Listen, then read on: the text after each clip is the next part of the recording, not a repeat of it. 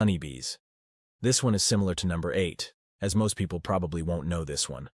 But once you hear about it, you'll realize that you've come across it at one point in your life. Now this one is a little more violent and doesn't have the ending that you would find at a massage parlor. Have you ever come across a honeybee that's crawling on the floor and doesn't seem to want to fly? As a kid, I used to think that this was because the bee had recently stung someone and is now dying a horrible and painfully slow death.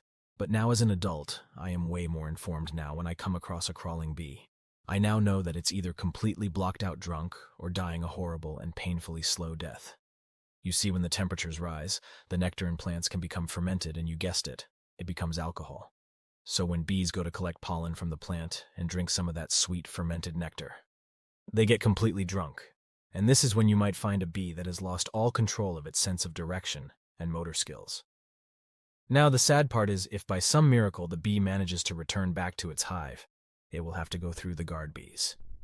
Think of these guys as the bouncers of the hive, but a lot more violent, aggressive, and heartless. If a drunk bee shows up to the hive, one of two things will happen.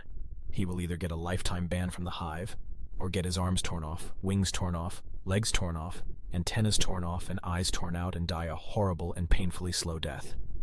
But don't worry. It's all done for the sake of the colony, since fermented nectar in the hive can cause the entire colony to collapse.